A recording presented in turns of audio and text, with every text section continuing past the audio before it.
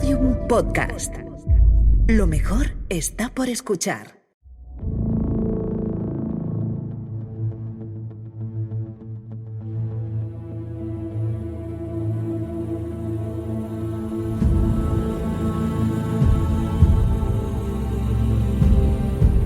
Se acabaron las fiestas y se acabó la guerra contra Aníbal.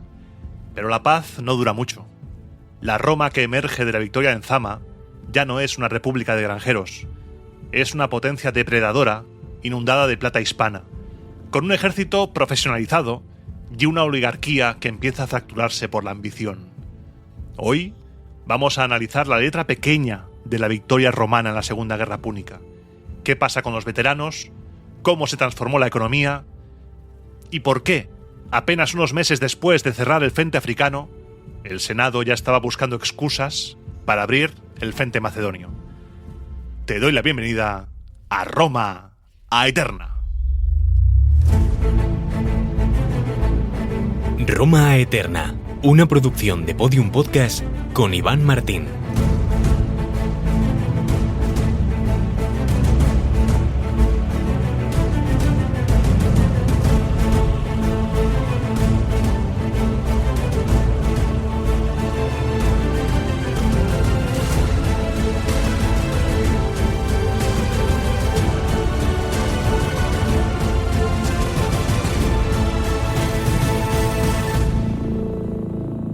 Programa 178 de Roma Eterna, 93 de la República. Han pasado las fiestas, has comido polvorones hasta reventar, te has puesto, vamos, como una bestia parda. Y toca volver a la programación habitual. Toca volver a la República, una trama que habíamos dejado justo en la derrota de Cartago y con el triunfo de Escipión en el año 201 a.C., año del consulado de Cneo Cornelio Léntulo y Publio Helio Peto. Pero antes de meternos en harina y seguir con la trama, tengo que hablar de dónde estamos ahora realmente y hacia dónde vamos. Hemos estado 2 años nuestros enfrascados en un conflicto que lo ha cambiado todo. La Roma que conociste antes de la guerra con Aníbal no es la misma que tenemos ahora.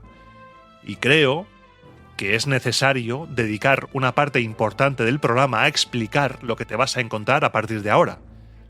Porque la victoria sobre Cartago no fue simplemente el triunfo de una ciudad-estado sobre otra en la disputa por la hegemonía del Mediterráneo occidental, algo que ya de por sí es potente, sino que estamos, quizá, ante el evento más transformador en la historia de la antigüedad clásica.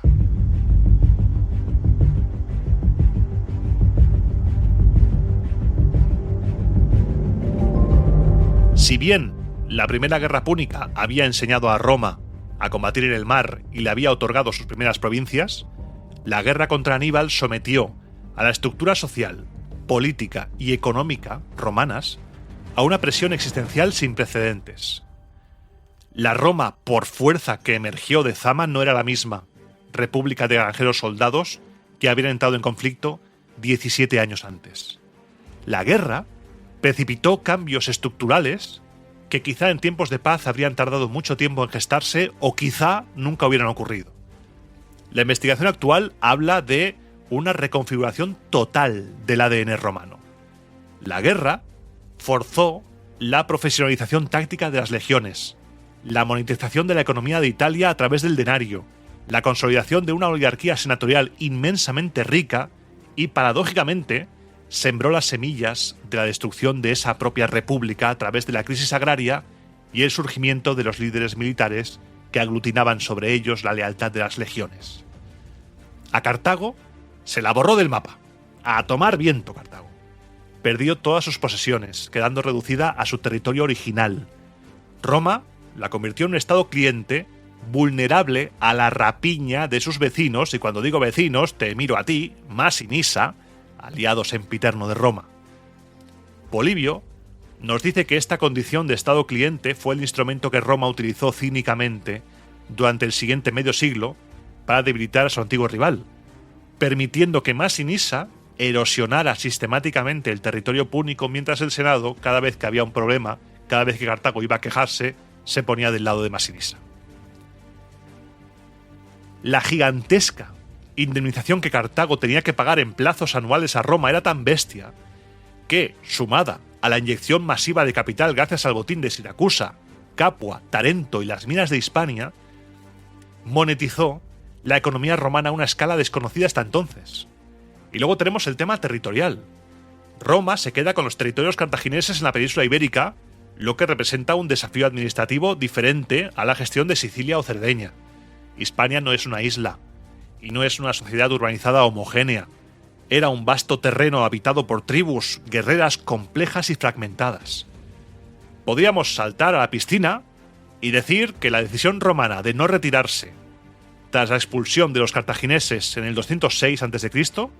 fue el punto que marcó el nacimiento del imperialismo territorial romano. Veremos cómo la administración de Hispania sacará a relucir las tensiones entre las necesidades militares y las estructuras políticas anuales de la República. La distancia y la constante beligerancia de las tribus celtíberas y lusitanas hacían ineficiente el reemplazo anual de gobernadores. Has visto que cada vez más se está repitiendo el venga, se alarga, se alarga, se alarga. Esto forzó al Senado a recurrir cada vez más a esta práctica de prorogatio imperi, la extensión del mando. Una práctica que, aunque era necesaria pragmáticamente, comenzó a erosionar el principio republicano más sagrado, la limitación temporal del poder. Hispania es clave. Hispania va a ser económicamente clave. Las minas de plata de Cartago Nova y Sierra Morena, explotadas previamente por los cartagineses, pasaron a manos romanas. Polibio, citado por Estrabón, menciona que en un momento dado 40.000 trabajadores operaban las minas de plata que estaban cerca de Cartago Nova, generando ingresos colosales para el erario romano, estimados en 25.000 dracmas diarios. Esta afluencia de metal precioso fue fundamental para financiar las posteriores guerras en Oriente y para la reforma monetaria del denario. El sistema de explotación de estas minas también evolucionó. Inicialmente estaban bajo control directo o militar, pero Roma poco a poco comenzó a arrendar la explotación a societates publicanorum, a las sociedades de publicanos, que eran consorcios privados de la clase ecuestre. Este modelo de privatización de los recursos imperiales creó un lobby financiero poderosísimo en Roma, cuyos intereses a menudo divergían de la política senatorial o del bienestar de los ciudadanos de la provincia. Es algo que vamos a ver explotar cada vez más. La victoria sobre Cartago también liberó las manos de Roma para mirar ¿hacia dónde? Hacia el este. La alianza oportunista entre Filipo V de Macedonia y Aníbal durante la guerra, no creas tú que el Senado la va a olvidar. Sin embargo, más allá de la venganza, la intervención romana en Grecia y en Asia Menor a partir del año 200 a.C. fue impulsada también por un cambio estructural en la percepción de seguridad del Senado. El pacto secreto entre Filipo V y Antíoco III el Grande para repartirse las posesiones tolemaicas en el año 203 a.C. fue interpretado en Roma, alentada por las potencias menores de Pérgamo y Rodas, como una amenaza existencial similar a la de Cartago. Ahora, en la trama de Roma Eterna de la República, entraremos de lleno en la Segunda Guerra Macedónica, que durará 3 años, y después habrá una guerra siria contra Antíoco III. Roma estaba adoptando una doctrina de seguridad preventiva. No hacía falta, esto es que hay que entenderlo bien porque muchas veces se ha dicho, no, es que Roma solo se defendía. No. No hacía falta que alguien agrediera a Roma directamente. Solo era necesario que Roma se viera amenazada. Y claro, la percepción de la amenaza es subjetiva. Y como buena amenaza, percepción subjetiva, es peligroso. Entonces lo que va a pasar es que Roma no va a tolerar la existencia de potencias pares en el Mediterráneo. Sin embargo, a diferencia de Hispania, donde mandan magistrados anuales ahí que van extendiendo el mando, inicialmente, en el este, se rechaza la anexión territorial directa, prefiriendo un sistema de hegemonía indirecta basado en el clientelismo. Roma, en el primer momento, deseaba la seguridad de un imperio sin los costes administrativos de la ocupación. Si tienes gobernantes afines a ti, no te hace falta llevar a tus propios gobernantes. Esto es algo que funciona en el siglo II a.C. y en el siglo XXI también. Sin embargo, esta estrategia que usaba Roma resultó cada vez más insostenible. La fragmentación política fomentada por Roma creó un caos en Grecia que eventualmente la obligó a anexionarse directamente a Macedonia y después a Acaya, demostrando que la hegemonía imperial es un bucle. La intervención engendra inestabilidad. La inestabilidad engendra necesidad de intervención y así es el pez que se muerde la cola. Y hablando de intervención, el ejército.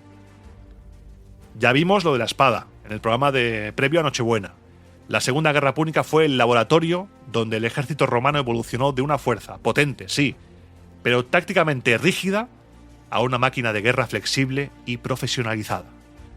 La figura central de esta transformación fue Publio Cornelio Escipión, ahora el africano. Antes de Escipión, la legión manipular romana confiaba en la resistencia y en el relevo de líneas, astati, príncipes, triari, para desgastar al enemigo en un choque frontal. Aníbal había dejado en pelotas ese sistema en Trebia, Trasimeno, en Canas, utilizando maniobras de flanqueo y la emboscada para aniquilar ejércitos romanos numéricamente superiores. Escipión no solo estudió a Aníbal, Escipión superó a Aníbal, integró la flexibilidad operativa en el ADN de la legión romana. En la campaña de Hispania, especialmente en la batalla de Ilipa, 206 a.C., Escipión introdujo una innovación táctica crucial. Rompiendo con la tradición, invirtió el orden de batalla romano estándar, colocó a sus tropas más débiles, los aliados hispanos, en el centro, para fijar a la infantería pesada cartaginesa, mientras sus legionarios romanos, desplegados en las alas, ejecutaban una maniobra de flanqueo convergente compleja. Esta maniobra requería que los manípulos operaran con una independencia y disciplina que las milicias ciudadanas anteriores no poseían. Y para lograr esto, Escipión implementó reformas estructurales. Comenzó a utilizar agrupaciones de manípulos que funcionaban como una especie de protocohortes. Todavía no hay cohortes, son una protocohortes. Porque esas cohortes se atribuyen tradicionalmente a las reformas de Mario, un siglo después, pero la evidencia tanto en Ilipa como en Zama sugiere que la unidad táctica operativa ya había cambiado bajo Escipión. La cohorte futura, al combinar 3 manípulos, ofrecía la capacidad de agrupar manípulos para misiones específicas, creando una flexibilidad operativa y una autonomía táctica que sus enemigos, utilizando tácticas rígidas, no tenían, permitiendo maniobras independientes bajo el fuego enemigo y proporcionando una respuesta a la guerra irregular de las tribus hispanas, donde la línea continua de batalla a menudo se rompía. La guerra había cambiado. La duración y la distancia de las campañas en Hispania y en África rompieron el ciclo tradicional estacional de la guerra antigua. Los soldados ya no podían regresar a sus granjas en invierno para la cosecha. Esto creó una clase de soldados semiprofesionales, hombres que habían pasado años, a veces más de una década, recuerda las legiones canenses, que habían estado más de 10 años ahí, sirviendo en el ejército, alejados de sus tierras y de sus familias. Por lo que los veteranos de Escipión, tras la victoria en Zama, no tuvieron fácil integrarse de nuevo a la vida civil. Muchos se reengancharon voluntariamente para las guerras de Macedonia y de Asia, atraídos por la promesa de botín, por la lealtad a sus comandantes más que al Estado, y porque quizá no tenían ningún sitio al que volver, y porque igual, después de tantos años, era lo único que sabían hacer. Este fenómeno, como ya te he ido introduciendo en algún programa, marca el inicio de la transferencia de la lealtad del soldado, del senado al general. Las legiones que conquistarán el este en el siglo II a.C. eran técnicamente milicias de reclutamiento, pero en la práctica eran fuerzas endurecidas y leales a los líderes carismáticos como los Escipiones o como Flaminino. El motín de Sucro, del año 206, sofocado por Escipión en esa escena tan peliculera y potente, fue un presagio. Los soldados, ¿por qué se amotinaron? Si lo miramos un poco con lupa y lo recordamos, los soldados se amotinaron por la falta de pago y porque llevaban mucho tiempo de servicio. Se preguntaban, ¿qué estamos haciendo en Hispania si ya esto se ha ganado? Escipión resolvió la crisis apelando a su carisma personal, pagando los atrasos con el botín de Cartago Nova y sentando un peligroso precedente. el general como proveedor económico de la tropa. Yo os pago a vosotros, no la República. Y hay otra consecuencia curiosa y a menudo ignorada, que me voy a tirar a la piscina, también derivada de la victoria total sobre Cartago. Roma se debilitó a nivel marítimo, a nivel naval. Durante la guerra, Roma había mantenido flotas inmensas para controlar el Mediterráneo occidental e impedir los refuerzos de Aníbal. ¿Recuerda la escena de los barcos capturados por Escipión tras el final de la guerra? Los quema, les prende fuego. Roma ya no necesitaba esto. Roma percibió que ya no hacía falta una flota enorme porque la amenaza naval ya no existía, ya no había una potencia que pudiera hacerle frente. Por lo que en lugar de mantener a una armada permanente que valía una pasta, desguazó gran parte de su flota y pasó a depender de las marinas de sus aliados marítimos, como por ejemplo Rodas y Pérgamo, que hacían las funciones de vigilancia policial y de transporte logístico. Esta decisión, motivada por la austeridad fiscal de figuras como Catón el Viejo, tuvo consecuencias nefastas. Hay que decirlo, porque la retirada naval creó un vacío de seguridad en el Mediterráneo oriental, permitiendo ¿el qué? El resurgimiento de la piratería a gran escala, especialmente en Cilicia y en Creta. Este problema, que fue ignorado durante décadas por Roma, eventualmente llegaría a amenazar el suministro de grano de la ciudad y ahora sí, ahora nos rasgamos las togas y echamos el grito en el cielo. Entonces sí, en el siglo I a.C. se le dieron poderes extraordinarios a Pompeyo Magno para que aplastara a los piratas. Unos poderes que socavarían todavía más las ya maltrechas instituciones republicanas. Todo en la vida tiene un origen, tiene una génesis, tiene algo que, esa chispa que le da el primer empujón para comenzar, aunque no la veamos, y parece, todo apunta a que los males de la República empiezan aquí. Además, la Segunda Guerra Púnica consolidó la autoridad del Senado romano hasta niveles aún, inauditos, sin precedentes. Durante la crisis existencial tras la batalla de Cannas, las asambleas populares, volubles e inexpertas, cedieron voluntariamente la dirección de la República a los padres conscriptos, a los senadores. El Senado gestionó entonces las finanzas, la diplomacia, el reclutamiento y la estrategia con una tenacidad y coherencia que, según Polibio, fue la verdadera causa de la victoria romana frente al genio individual errático de Aníbal. Al finalizar la guerra, el Senado no era solo el consejo asesor de los magistrados, eran el gobierno de facto de lo que ahora era un imperio transcontinental. Sin embargo, no todo era de color de rosa, porque también tenemos discordias internas. La inmensa afluencia de riqueza y poder concentró la influencia en un círculo cada vez más reducido de familias nobles, de esa nobilitas, que competían ferozmente por los cargos, los consulados, las censuras, ya que estos cargos ahora ofrecían oportunidades reales de enriquecimiento y de gloria inimaginables para los austeros patricios del siglo IV, por ejemplo. Se rompió el equilibrio de la amicitia aristocrática. La política dejó de ser una competición por el honor para convertirse en una lucha por el control de los recursos de la República. Era muy lucrativo ser magistrado romano a partir de ahora. Vas a ver, a partir del siglo II ya, muchos Cecilios metidos. Si has leído mi segundo libro, hablo sobre ello, y en este tiempo van a aparecer una sola familia dominando la esfera de la política romana.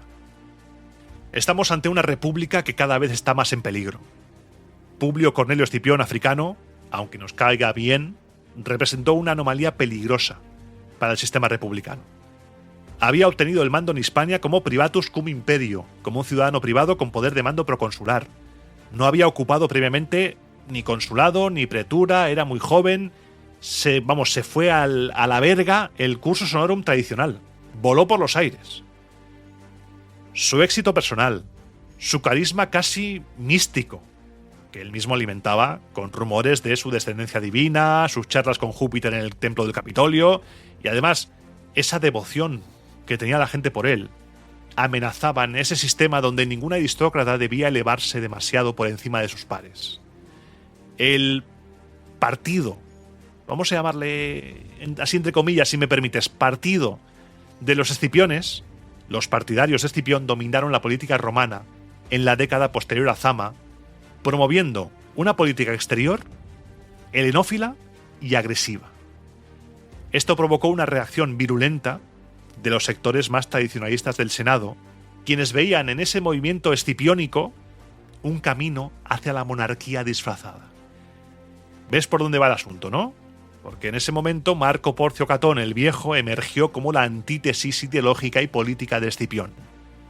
Como homo novus, procedente de la Sabina rural, Catón representaba la austeridad del mos maiorum, de esas costumbres ancestrales, el agrarismo itálico y una profunda desconfianza hacia la influencia griega, que consideraba corruptora, afeminada y peligrosa para la disciplina militar romana. Para Catón, Escipión no era solo un rival político, era la encarnación de una tiranía potencial y de la decadencia moral importada. La ofensiva de Catón contra los escipiones será implacable y culminará en los famosos juicios de los escipiones del 187 al 184 a.C. Catón y sus aliados en el tribunado acusarán a Lucio Cornelio Escipión, el asiático, el hermano del africano, y al propio africano de malversación de fondos públicos. Les acusaban de hacer desaparecer mágicamente 500 talentos recibidos del rey Antíoco III tras la paz de Apamea. La escena, a la que ya llegaremos, será dramática porque Escipión el africano, indignado por tener que rendir cuentas por minucias contables después de haber salvado a Roma y haberla cambiado de arriba abajo, romperá los libros de cuentas ante los senadores y se retirará al exilio voluntario en su villa del Liternum. Aunque las acusaciones tenían una base técnica dudosa, el dinero podía haber sido considerado botín del general y no botín del Estado, por ejemplo, el objetivo de Catón era político y también era simbólico, porque quería demostrar que nadie, ni siquiera el vencedor de Aníbal, estaba por encima de la rendición de cuentas ante la ley y las instituciones republicanas. La muerte de Escipión en el exilio en el año 183, como ya vimos en el programa de Nochebuena, el mismo año de la muerte de Aníbal, marcó una victoria pírrica para la oligarquía conservadora. Como dice el meme, puedes matar al hombre, pero no la idea. El hombre se fue, pero no podían detener las fuerzas históricas del personalismo político que él había inaugurado, no podían detener la inercia. La ansiedad de la élite romana ante los cambios vertiginosos que se estaban produciendo se manifestó en intentos legislativos de controlar la economía y también la moralidad. Tenemos, por ejemplo, la Lex Claudia, del año 218 a.C., aprobada, si te fijas, justo antes del inicio de la guerra. Y esta ley definió la estructura económica de la posguerra. En esta ley básicamente se prohibía a los senadores y a sus hijos poseer barcos de gran tonelaje, más de 300 ánforas, excluyéndolos del comercio marítimo internacional y de las contratas públicas. Claro, esta ley se aprobó antes de que Roma explotara internacionalmente, y lo que hizo fue obligar a la élite política a invertir su inmensa riqueza acumulada, botín de guerra, indemnizaciones y tal, exclusivamente en tierras. Esto impulsó la formación de grandes latifundios que transformarían el paisaje agrario de Italia, desplazando a los pequeños agricultores y generando una crisis sobre la que se ha escrito mucho y que incluso hoy en día hay investigadores que le han dado la vuelta y la niegan. Cuando lleguemos a ese momento profundizaremos porque es un proceso también fascinante. Poco a poco se fue creando una distinción de clase nítida totalmente. Los senadores gobernaban y poseían tierras y los equites, los caballeros, comerciaban y gestionaban las finanzas del imperio, creando una fricción de intereses estructural que va a estallar violentamente en el siglo I a.C. Luego tenemos la Lex Oppia. Esta ley, aprobada durante la emergencia de Cannas, después de la batalla en el año siguiente, 215 a.C., limitaba el lujo femenino. Prohibía a las mujeres poseer más de media onza de oro, vestir prendas multicolor o montar en carruajes dentro de la ciudad, salvo, por supuesto, para acudir a sacrificios religiosos públicos. Con la religión siempre hacemos excepciones en Roma, no lo olvides. En el año 195 a.C., con la guerra ganada y la riqueza fluyendo a chorro gordo en Roma, las matronas romanas se manifestarán públicamente exigiendo la derogación de la Lex Oppia. Catón el Viejo se opondrá ferozmente. Livio reconstruye su discurso, que es un manifiesto del conservadurismo romano. Catón en ese discurso denuncia la licencia femenina. Y la denuncia no solo como una cuestión económica, sino como una amenaza a la autoridad de la patria potestas y a la estabilidad de la propia república. Sus argumentos eran que el lujo generaba envidia y rompía la cohesión social. Sin embargo, era un sinsentido. A ver, cómo sí, que llevéis lo que queráis. La ley fue derogada. La sociedad romana, inundada de oro y plata, no estaba dispuesta ya a aceptar la austeridad espartana del pasado. El consumo a lo loco se convirtió en una herramienta de competición política y de competición social. Y si hablamos de consumo, hablemos de dinero, de pasta, de parné. Antes de la Segunda Guerra Púnica, Roma utilizaba un sistema monetario heterogéneo y de base broncínea, el AES grave, poco apto para el comercio internacional. La necesidad de pagar a las legiones, cada vez más numerosas, cada vez más distantes, sumada además a la afluencia de metales preciosos del saqueo de Siracusa, año 212, y de Tarento, el 209, llevó a una revolución monetaria, la introducción del denario de plata alrededor del 211. Su alta calidad y estandarización permitieron a Roma integrar las economías conquistadas bajo un solo sistema fiscal. Tras la victoria, la indemnización cartaginesa y la explotación sistemática de las minas de plata provocaron una inflación de precios en Italia y un aumento masivo del gasto público. La República pasó de gestionar un presupuesto de supervivencia a administrar lujos de capital comparables a los de los grandes reinos helenísticos. La Segunda Guerra Púnica trajo cambios que hicieron que Roma no se reconociera a sí misma. Y una vez hecho este repaso, breve, pero creo que más o menos he tocado todos los palos, no hay tiempo para resacas, no hay tiempo para seguir celebrando la victoria, porque el ritmo de la trama es frenético, y una vez caído Aníbal, ha llegado el momento de mirar al gran aliado de Aníbal, a Filipo V de Macedonia.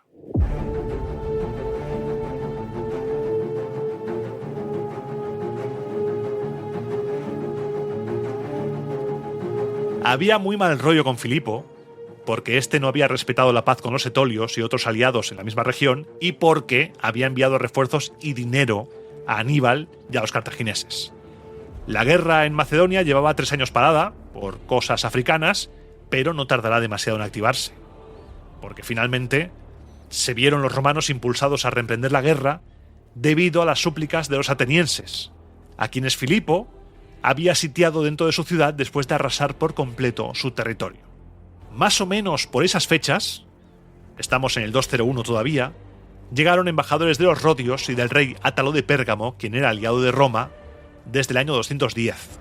Estos embajadores traían la noticia de que las ciudades de Asia también estaban siendo atacadas. ¿Qué está pasando? Macedonia se está flipando. El Senado dijo: no os preocupéis, nos encargamos del tema inmediatamente ahora mismo.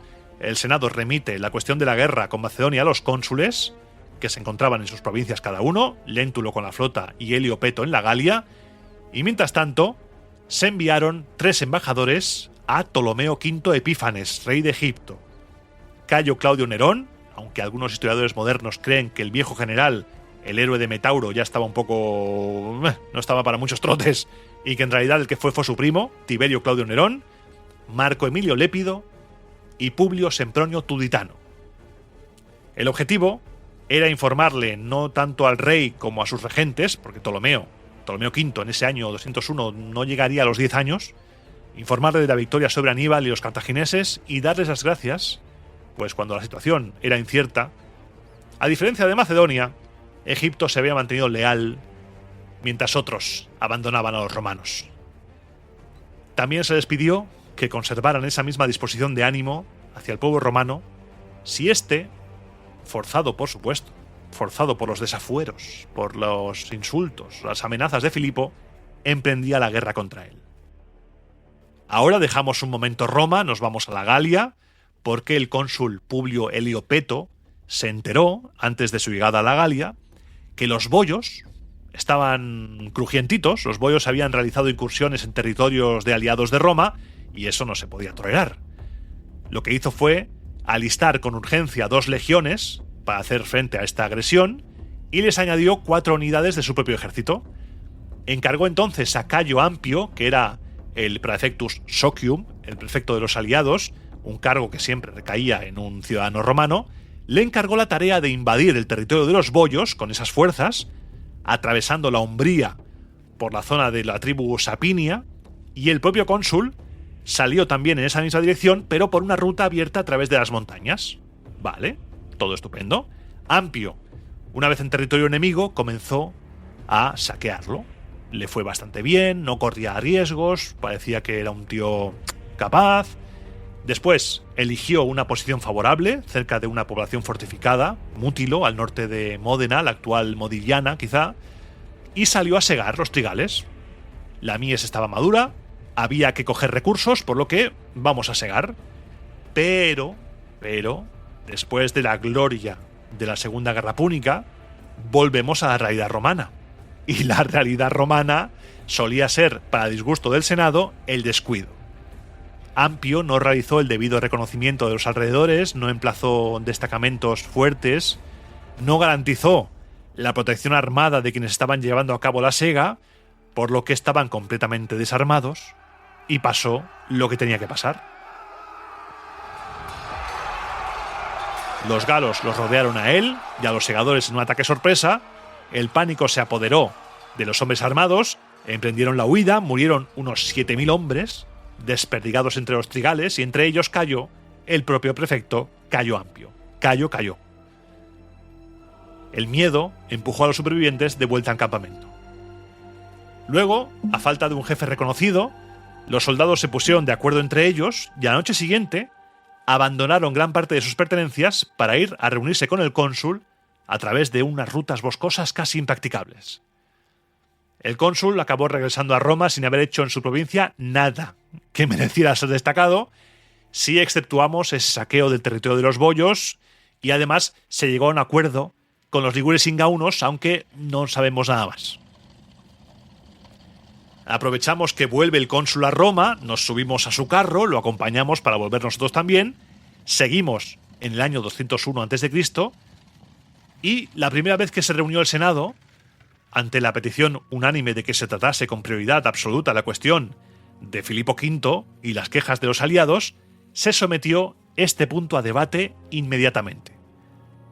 El Senado decidió en pleno que el cónsul Publio Helio Peto enviase a una persona investida de plenos poderes, a una persona de su elección, para hacerse cargo de la flota que Neo Octavio traía de Sicilia y para que, con esa flota, se trasladase a Macedonia. Resultó elegido y enviado como propretor Marco Valerio Levino, cónsul el año 210, quien hizo la travesía hasta Macedonia con las 38 naves que recibió de Neo Octavio cerca de Bibón.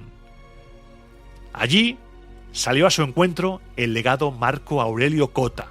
Si te acuerdas, Marco Aurelio Cota era el gran protagonista de la bronca en el Senado con el delegado de Macedonia, que decían que se quejaban tal. Pues este señor le informó acerca de la importancia de los ejércitos, de los efectivos, del número de navíos que había reunido el rey Filipo, le informó de todo y también le explicó la forma en que estaba levantando en armas a la población. En unos casos, recorriendo personalmente las ciudades, tanto del continente como de las islas, y en otros enviando delegados. Marco Aurelio advirtió que los romanos tendrían que tomarse en serio esa guerra, que no era una broma, porque de lo contrario, si andaban con tonterías, con vacilaciones, Filipo podría atreverse a repetir el golpe de audacia que Pirro había dado anteriormente, partiendo de un reino bastante más pequeño. En ese momento se acordó que el propio Marco Aurelio Cota informara por escrito a los cónsules y al Senado de todo esto. Llegamos a finales del año 201 a.C. y se somete a debate una proposición referente a la asignación de tierras de los veteranos que habían puesto punto final a la guerra en África bajo el mando y bajo los auspicios de Publio Cornelio Escipión. El Senado acordó que el pretor urbano Marco Junio Peno nombrase una comisión de 10 miembros para medir y para distribuir la parte del territorio samnita y apulio que era de dominio público del pueblo romano.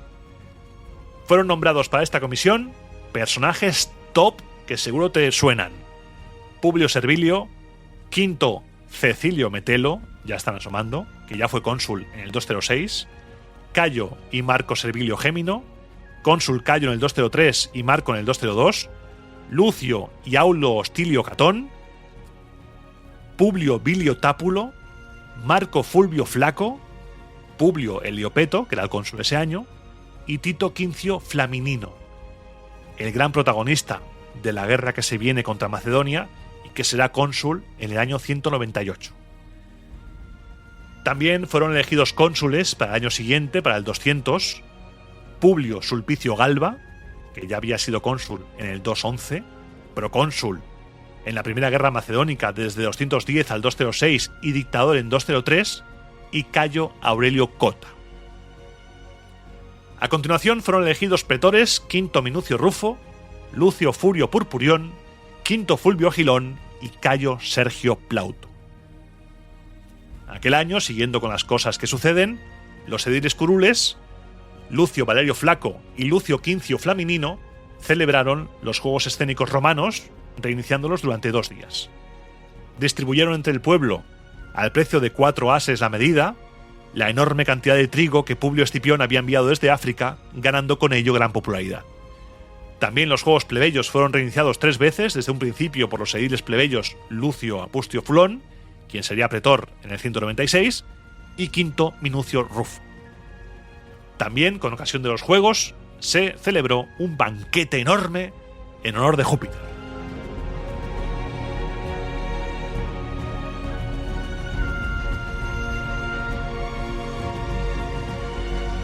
Y ahora sí, cambiamos de año, ya hemos hecho reparto, vamos a cambiar de año al 200, año en el que empezará la guerra contra Filipo V de Macedonia, la Segunda Guerra Macedónica. Te recuerdo, cónsules Publio Sulpicio Galba y Cayo Aurelio Cota. 15 de marzo, fecha en que los cónsules entraban en funciones por aquel entonces, una costumbre que estuvo vigente hasta el 153, momento en el que pasó al 1 de enero, ya te lo contaré, ya llegaremos a ello.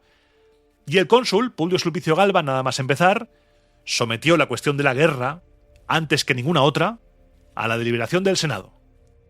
Este decretó que los cónsules ofrecieran un sacrificio con víctimas adultas a los dioses que ellos eligiesen, con esta súplica: que los proyectos del Senado y del pueblo romano que afectan a la República y al inicio de una nueva guerra tengan un final bueno y feliz para el pueblo romano, para sus aliados y para la Confederación Latina. Dan por hecho que la guerra está ya está ahí. Después del sacrificio y de la súplica, consultarían al Senado los cónsules acerca de la política general y de la asignación de provincias. Durante esos días llegó la carta del embajador Marco Aurelio Cota y el provetor Marco Valerio Levino. Además, llegó también una nueva embajada de los atenienses informando de que el rey se estaba acercando a sus fronteras y que si no hacían nada, Filipo no tardaría en ser dueño de todo su territorio. Los cónsules informaron que el sacrificio se había hecho y añadieron además que, según los arúspices, los dioses habían escuchado la súplica, las entrañas de las víctimas habían sido favorables y se vaticinaba, según el dictamen de los arúspices, una ampliación de las fronteras, una victoria y un triunfo. Todo el pack. Teléfono, móvil e internet. Todo el pack. Ampliación de fronteras, victoria y triunfo. Toma ya. A continuación, se leyó la carta de Valerio y de Aurelio y se concedió audiencia a los embajadores atenienses.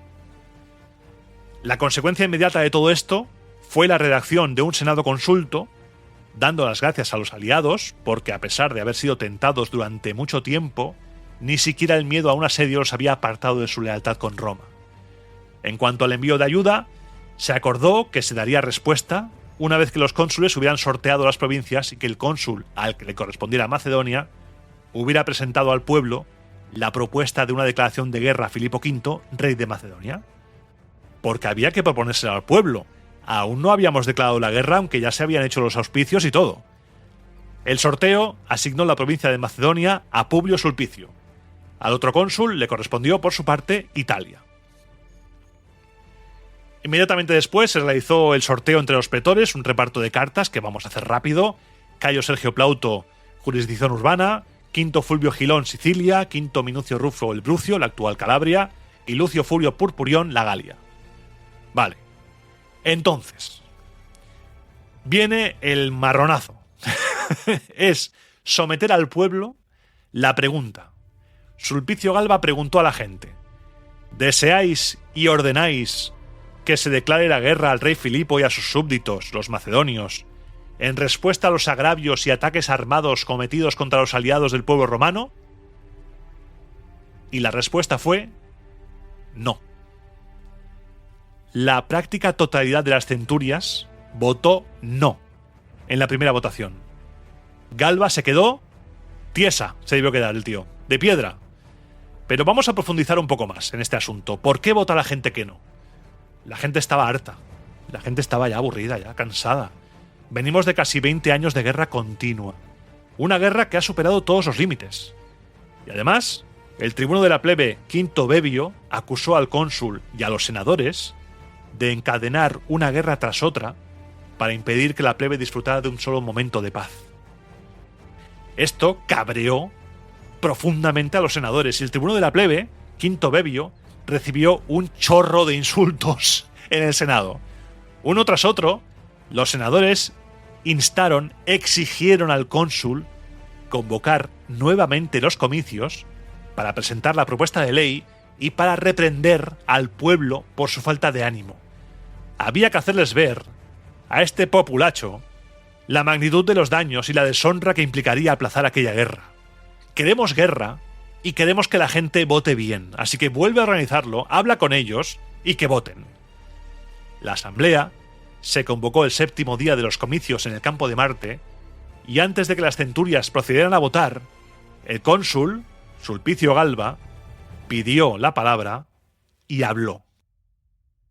Me da la impresión, ciudadanos, de que no sois conscientes de que no se os está consultando si preferís la paz o la guerra. Porque Filipo, que está preparando un conflicto de gran envergadura tanto por tierra como por mar, no os va a dar esa opción. Sino que la cuestión es si preferís transportar las legiones a Macedonia o permitir que el enemigo entre en Italia. Sin duda, la experiencia de la reciente guerra púnica os habrá enseñado, si es que no lo había hecho ya ningún conflicto anterior, la enorme diferencia entre combatir en un sitio o en otro. En efecto, ¿quién duda de que si hubiéramos prestado ayuda inmediata a los saguntinos cuando estaban sitiados e imploraban nuestra protección, del mismo modo que nuestros antepasados socorrieron a los mamertinos tras ocupar Mesina y pedir auxilio frente a los cartagineses, episodio que causó la Primera Guerra Púnica, habríamos conseguido que todo el peso de la guerra recayera sobre Hispania? En cambio, nuestras vacilaciones permitieron que el conflicto entrara en Italia, causándonos un daño terrible. Además, está muy claro que cuando este mismo Filipo se había comprometido ya con Aníbal mediante embajadores y cartas a cruzar Italia, logramos retenerlo en Macedonia enviando a Levino con una flota para llevarle la guerra a su propio territorio. Y aquello que fuimos capaces de hacer entonces cuando teníamos dentro de Italia un enemigo de la talla de Aníbal, ¿vamos a dudar en hacerlo ahora, cuando Aníbal ha sido expulsado del país y los cartagineses han sido aplastados? Si permitimos que el rey, tras la toma de Atenas, compruebe nuestra pasividad, tal como hicimos con Aníbal tras la toma de Sagunto, no llegará a Italia en 4 meses, como hizo Aníbal desde Sagunto, no. Llegará en 4 días, después de zarpar desde Corinto. ¿Acaso pensáis que no hay comparación posible entre Aníbal y Filipo, ni entre los macedonios y los cartagineses? Al menos lo pondréis al mismo nivel que a un Pirro. Aunque, ¿qué digo al mismo nivel? La diferencia entre uno y otro hombre y entre una y otra nación es inmensa. El Epiro ha sido siempre, y lo sigue siendo hoy, un apéndice insignificante de Macedonia. Filipo, en cambio, es dueño de todo el Peloponeso y de la propia Argos, famosa tanto por la muerte de Pirro como por su antigua gloria. Comparad ahora nuestra situación con la de entonces. ¿En qué estado tan floreciente se encontraba Italia? ¿Qué intactas estaban nuestras fuerzas? ¿Qué intactas estaban nuestras fuerzas, con nuestros generales sanos y salvos y todos los ejércitos incólumes? Esos mismos que luego se llevó la guerra contra Cartago. Aún así, Pirro atacó, rompió nuestras fuerzas y llegó victorioso hasta la misma Roma. Y no solo nos abandonaron los tarentinos y toda la costa de Italia que llaman la Magna Grecia, lo cual cabría suponer que fue por la afinidad de lengua y nombre, sino también los lucanos, los brucios y los samnitas. ¿Creéis acaso, ciudadanos, que si Filipo cruza Italia, todos esos pueblos permanecerán leales y no se moverán? Claro que se moverán, claro que sí, tal como hicieron después durante la Guerra Púnica. Estos pueblos nunca dejarán de traicionarnos salvo que no tengan a quién pasarse. Si hubierais tenido dudas en cruzar a África, hoy tendríais a Aníbal y a los cartagineses como enemigos aquí mismo en Italia todavía. Y yo digo, que sea Macedonia y no Italia el escenario de la guerra. Que sean las ciudades y los campos enemigos los que sufran la devastación del hierro y el fuego. Ya sabemos por experiencia que nuestras armas son más afortunadas y poderosas fuera que en casa. Id a votar, con la ayuda propicia de los dioses, y ratificad lo que estimaron los senadores. No soy solo yo, el cónsul, quien os propone votar en este sentido. Son los dioses inmortales.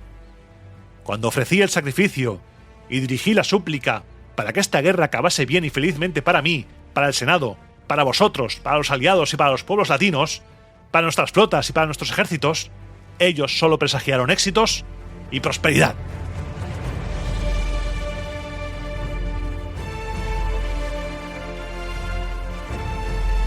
Tras este discurso, el pueblo, llamado a votar, ahora sí, votó bien, aprobó la declaración de guerra tal y como se proponía en la ley y, posteriormente, en virtud de un senado consulto, los cónsules decretaron 3 días de rogativas públicas en los que se recorrieron todos los altares pidiendo a los dioses que la guerra contra Filipo, mandada por el pueblo, tuviera un final bueno y feliz.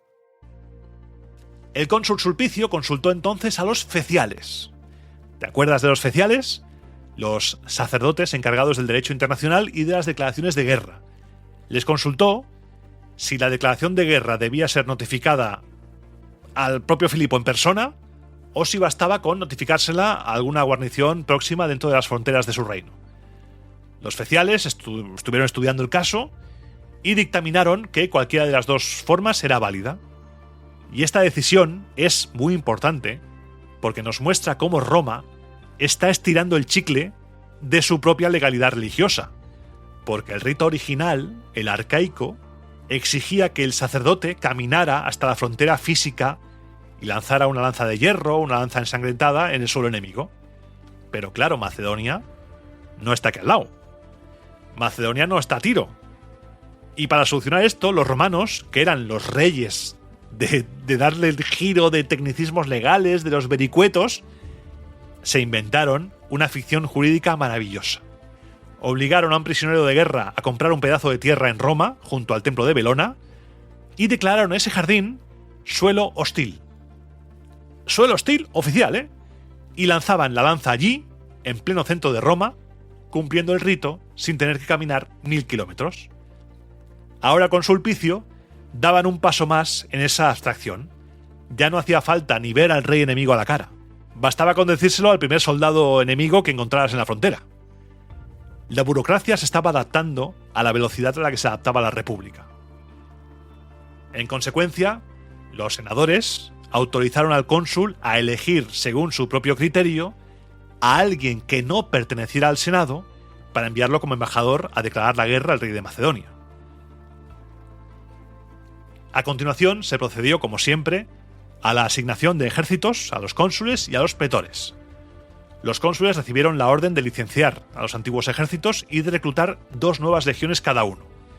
En el caso de Sulpicio, a quien se le había encargado la guerra, se le autorizó a llevarse a cuantos soldados voluntarios del ejército de Escipión, de los veteranos de África, quisieran, aunque sin embargo, esos veteranos no tenían obligación de ir.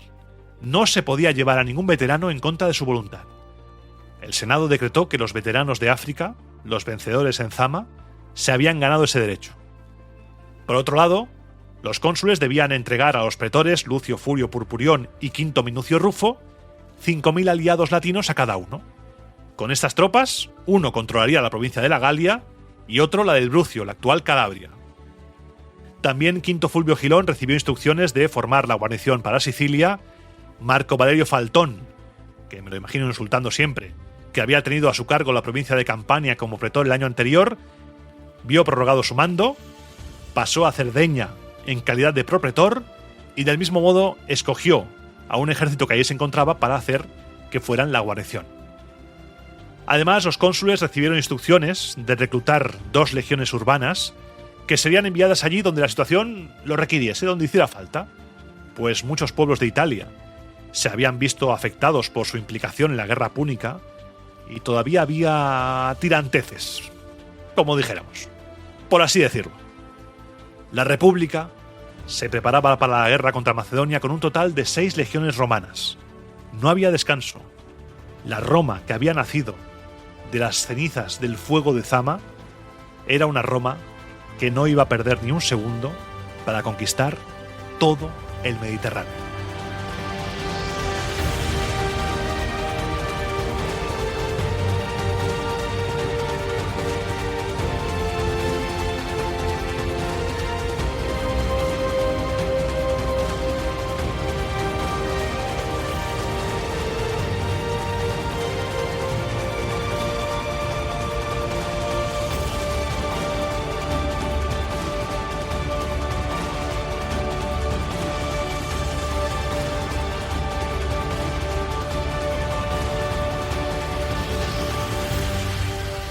Qué temarral, por Dios. Bueno, por los dioses.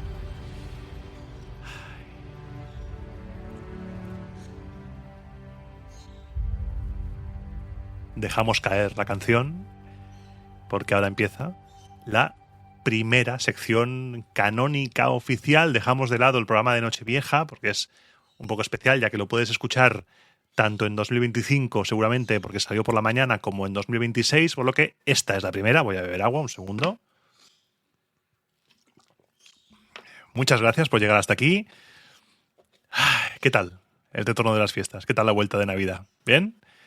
¿Te has puesto fina, filipina a polvorones y a todo, a jamón, gambas, lo que sea?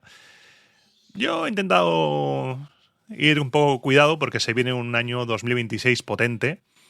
Creo que llega el momento también, como cada año, de hacer la porra de cómo estará Roma Eterna de trama a final de año. Creo que este año pasado acerté. Dije que por el final de la Segunda Guerra Púnica, creo, y acertamos.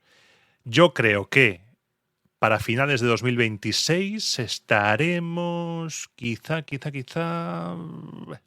o empezando la Tercera Guerra Púnica o por ahí, creo, más o menos, o acabándola.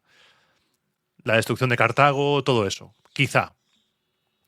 Hoy, en la sección sin música, aparte de trasladarte mi máximo agradecimiento como siempre, tengo que contarte algo que me hace mucha ilusión. Este año 2026 viene muy fuerte y tengo que anunciarte, mira, si se me nota en la voz ya, tengo que anunciarte una cosa muy fuerte, muy fuerte. Si estás por Barcelona o tienes la posibilidad de estar por Barcelona el día 15 de marzo, las idus de marzo, en el Teatro Borràs, a las 12 del mediodía, podrás ver un espectáculo, un show, un monólogo, no sé cómo definirlo, llamado César, el hombre que desafió a Roma. En ese espectáculo, lo que vas a ver es a mí interpretar a la voz de Roma Eterna, pero se va a hacer carne y voy a interpretar, al menos al principio, a un senador que llega tarde al asesinato de Julio César. Si puedo, voy a hacer que se lo encuentre ahí ya muerto. César está muerto ya, llega tarde, es la deshonra de su familia, el senador, y entonces ese senador, que soy yo, te va a contar la historia de César en el teatro, con mi estilo, con declamaciones, con discursos, con la épica de Roma Eterna, pero quizá eliminando la mesa, eliminando el micrófono, eliminando los cascos, eliminando la última frontera entre el podcast y la interpretación. Es una cosa que me tiene temblando, no te lo voy a negar, me tiene un poco locker. Creo que está ya en la web del Grupo Balañá, balañaenview.com, buscas Roma Eterna, porque lo he centralizado así, Roma Eterna, es un show de Roma Eterna, de Iván Martín, pero mío, pero Roma Eterna, el podcast, pero no será el podcast, sino que será un espectáculo completamente diferente. César, el hombre que desafió a Roma.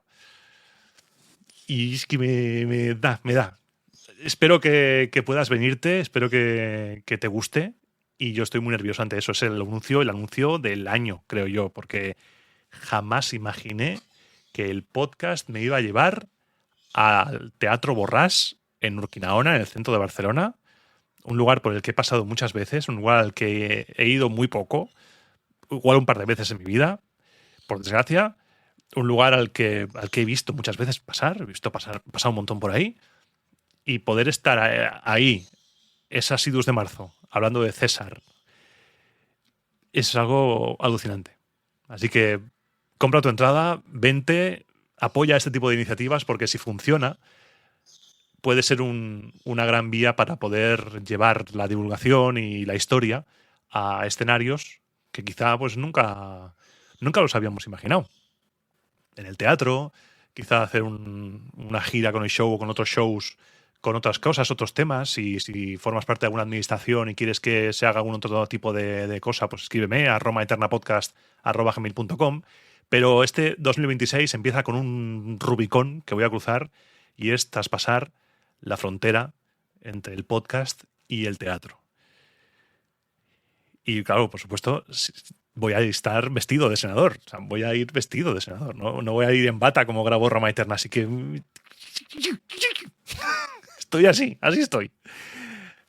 Así que hoy, en esta sección sin música, quería anunciarte esto. Ya lo anuncié en redes sociales hace unos días, pero ya está ahí para ti. Por si no has visto en redes sociales, te lo anuncio. Lo tienes disponible ya en la web del Grupo Balañá. Teatro Borràs, 15 de marzo de 2026. César, el hombre que desafió a Roma. Y volviendo al podcast, muchas gracias por escucharme. Si no lo has hecho ya, suscríbete.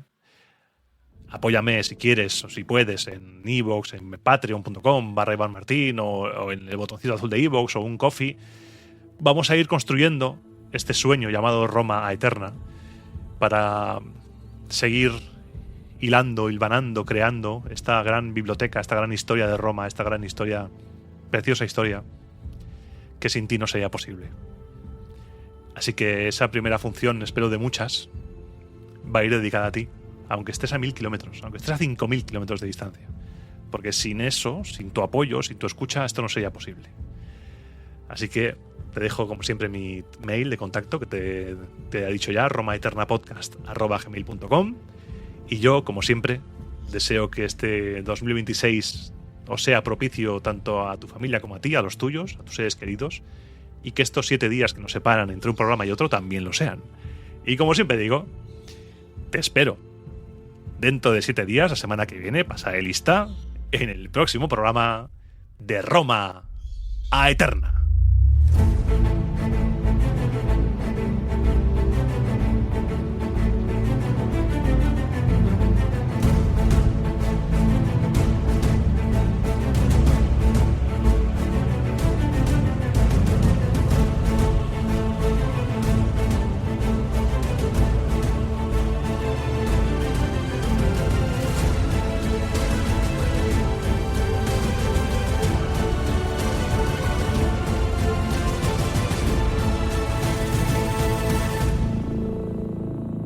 Claro, en redes sociales lo anuncié hace un par de semanas, 3, pero claro, como este programa lo he tenido que grabar con anticipación, pues ahí estaba, ahí el anuncio. Pero estoy nervioso, ¿eh? Me tiene muy nervioso eso, ¿eh? Gracias por llegar hasta el final, gracias por estar ahí. Eres lo más importante de Roma Eterna, eres la nata del fan con nata. No te digo más. Un fuerte abrazo y te espero en el siguiente, ¿eh? Te espero aquí, en el final, cuando estoy aquí poniendo las sillas encima de la mesa, cerrando el bar ya, en la taberna, te espero. Un fuerte abrazo. Adiós.